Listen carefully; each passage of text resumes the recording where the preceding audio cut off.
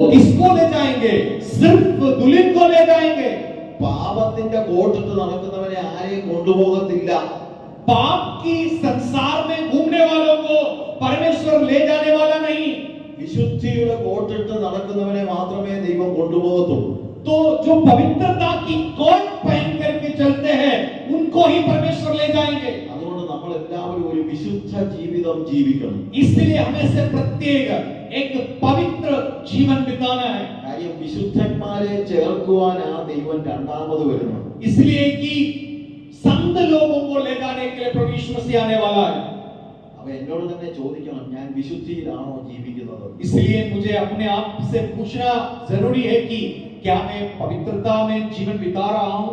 ഓരോ ദിവസം രാത്രിയിൽ കിടക്കുന്നതിന് മുമ്പ് हर दिन सोने से या बेड में बिस्तर में जाने से पहले നമ്മുടെ ജീവിതത്തിൽ അശുദ്ധി വല്ലതും വന്നിട്ടുണ്ടോ എന്ന് നോക്കണം. हमें अपने आप में जांचना है कि दिन भर मेरा जीवन में कुछ अपवित्रताएं हुआ है या नहीं. ഉണ്ടെങ്കിൽ അതെല്ലാം ഏറ്റുപറഞ്ഞ് ഉപേക്ഷിക്കണം. अगर हमारे जीवन में ऐसी कोई गलतियां अपवित्रताएं हुई है तो प्रभु के सामने अंगीकार करना. എന്നിട്ട് പ്രാർത്ഥിക്കണം, കർത്താവേ ഇന്ന് നീ വന്നാൽ എന്നെ കൂടെ ചേർത്ത് കൊള്ളണമേ എന്ന് പ്രാർത്ഥിക്കണം. वो अपवित्र काम छोड़ के इस प्रकार प्रार्थना करना है कि प्रभु अगर आज रात में अगर आप आते हैं तो मुझे भी आपके साथ ले चलिए. കർത്താവ് വന്നിട്ട് നമ്മൾ പോയില്ലെങ്കിൽ എന്തായിരിക്കും നമ്മുടെ ഗതി? प्रभु यीशु मसीह आने के बाद अगर हम लोग नहीं गया तो हमारा क्या हाल होगा? കർത്താവ് വന്നാൽ നമ്മളെ സ്വർഗ്ഗത്തിൽ കൊണ്ടുപോകും. प्रभु यीशु मसीह आते हैं तो हम लोग को स्वर्ग में ले जाएंगे. സ്വർഗ്ഗത്തിലോട്ട് പോകാത്തവരൊക്കെ നരകത്തിലോട്ടാ പോകുന്നത്. जो स्वर्ग में नहीं जाते हैं वो नरक की ओर चले जाएंगे. അവന്റെ മണവാട്ടി മാത്രമേ സ്വർഗ്ഗത്തിൽ പ്രവേശിക്കൂ. यीशु की दुल्हन ही स्वर्ग में प्रवेश करेगा. അങ്ങനെ അവന്റെ മണവാട്ടിയായിട്ട് വിശുദ്ധിയിൽ നമ്മൾ ജീവിക്കുന്നുണ്ടോ എന്ന് നമ്മളോട് തന്നെ ഒന്ന് ചോദിക്കും. उस प्रकार हम उनकी दुल्हन बन करके पवित्र जीवन बिताते हैं या नहीं, इस प्रकार हम अपने आप को जांचने की आवश्यकता है. കർത്താവിന്റെ ഒന്നാമത്തെ വരവ് കൊണ്ട് അവൻ നമ്മളെ മക്കളാക്കി നമ്മളെ മണവാട്ടിയാക്കി. प्रभु यीशु मसीह की प्रथम आगमन के द्वारा हमें संतान बनाया, हमें दुल्हन बनाया.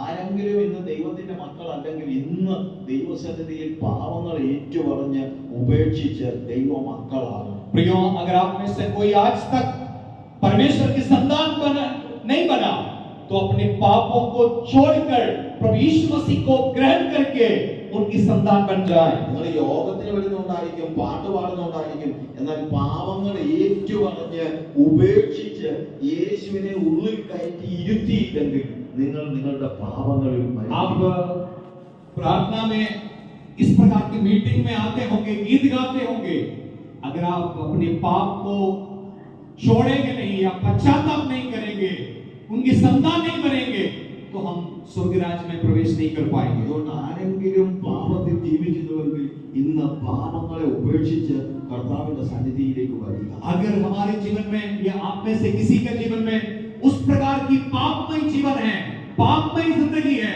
तो आज उसको छोड़कर प्रभु यीशु मसीह को अपना जीवन की राजा बनाइए. അങ്ങനെ യേശുവിന്റെ മക്കളായി ജീവിക്കുന്നവർ അടുത്തതായി അവന്റെ രണ്ടാമത്തെ വരവിന് വേണ്ടി നമ്മളെ തന്നെ ഒരുക്കും. तो उस प्रकार हम प्रभु यीशु मसीह की संतान बनकर के जब जीवन बिताएंगे, अगला प्रभु यीशु मसीह के आगमन में वो हम लोगों को अर्थात दुल्हन को लेकर के अपना घर जाएगा. അതിനുവേണ്ടി നമ്മളെ തന്നെ ഒരുക്കണം. उसके लिए हम अपने आप को तैयार करें. എപ്പോഴാ യേശു വരുന്നത് നമുക്കറിയത്തില്ല. हम नहीं जानते हैं कि प्रभु यीशु मसीह कब आएगा.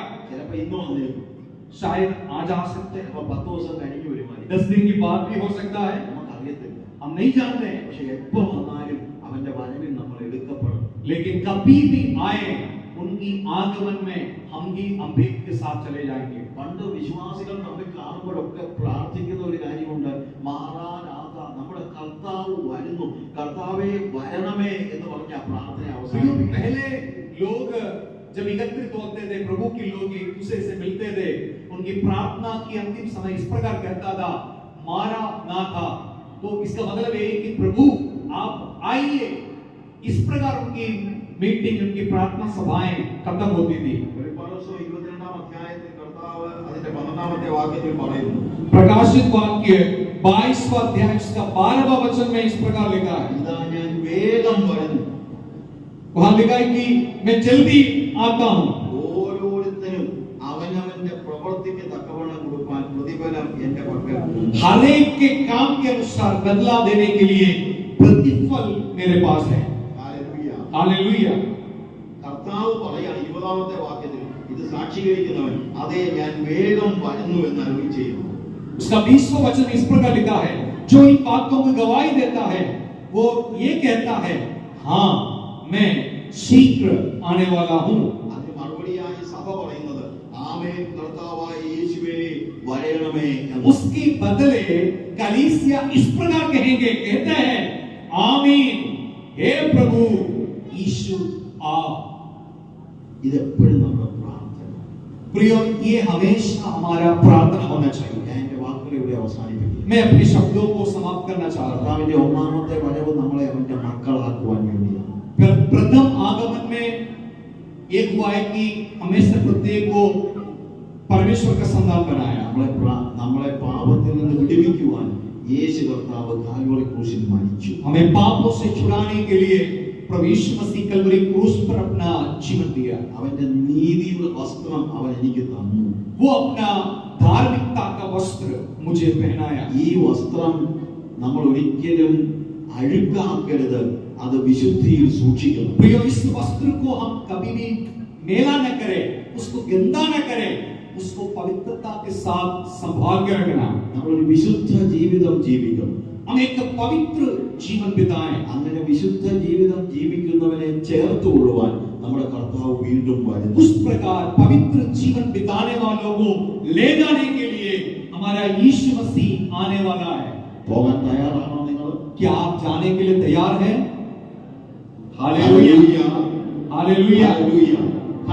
കണ്ണുകളെ അടയ്ക്കാം ഒരു നിമിഷം. हम अपनी आंखें एक पल के लिए बंद करें। അവിടെ മ്യൂസിക് ഉണ്ടാവും. ഒരു നിമിഷം കണ്ണുകളെ അടയ്ക്കാം. एक पल हम अपनी आंखें बंद करें। ഹൃദയത്തിന്റെ ആഴത്തിൽ നിന്ന് കർത്താവിനോട് പറയാം, दिल की गहराई से हम प्रभु यीशु मसीह से कहें, കർത്താവേ എനിക്ക് പകരക്കാരനായി മരിക്കാൻ നീ ഈ ഭൂമിയിലേക്ക് വന്നു. प्रभु मेरे बदले मरने के लिए आप इस धरती पे आए। അതുകൊണ്ട് എനിക്ക് നീതിയുടെ വസ്ത്രം നീ ദാനം ചെയ്തു. इसलिए आप मुझे धार्मिकता के वस्त्र दान में दिया। അതുകൊണ്ട് എനിക്കിപ്പോൾ പിതാവിന്റെ സന്നിധിയിലേക്ക് പ്രവേശനമുണ്ട്. इसलिए पिता के पास मेरा पहुंच भी हुई। കർത്താവേ നീ രണ്ടാമത് വരുന്നല്ലോ. प्रभु आप दोबारा आने वाला है। വിശുദ്ധിയിൽ എന്നെ തന്നെ സൂക്ഷിക്കുവാൻ നീ ഞങ്ങളെ സഹായിക്കണമേ. पवित्रता में हम अपने आप को शुद्ध रखने के लिए मदद कीजिए। നിന്റെ വരവ് ഇന്ന് രാത്രിയിൽ സംഭവിച്ചാലും अगर इस आज रात में अगर आपके आगमन होगा तो നിന്റെ വരവിൽ എടുക്കപ്പെടുവാൻ ഞങ്ങളെ നീ ഒരുക്കണമേ. प्रभु आपकी उस आगमन में हम भी आपके साथ जाने के लिए हमें मदद कीजिए। യേശുവിന്റെ നാമത്തിൽ തന്നെ. प्रभु यीशु मसीह के नाम से मांगते हैं, ആമേൻ. आमीन।